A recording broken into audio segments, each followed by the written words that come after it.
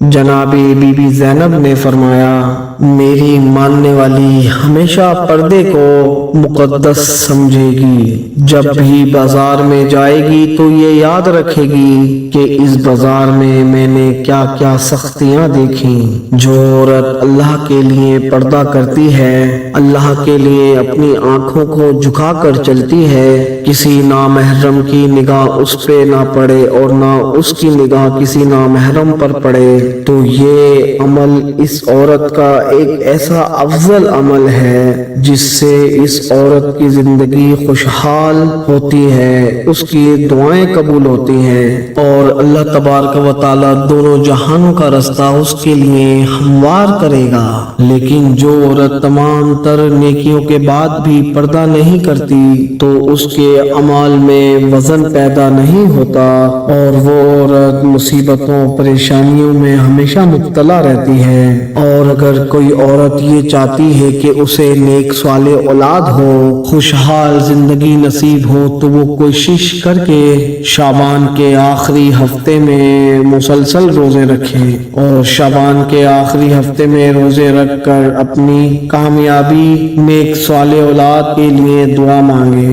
اللہ تبارک و تعالی کبھی بھی وہ دعا رد نہیں کرے گا۔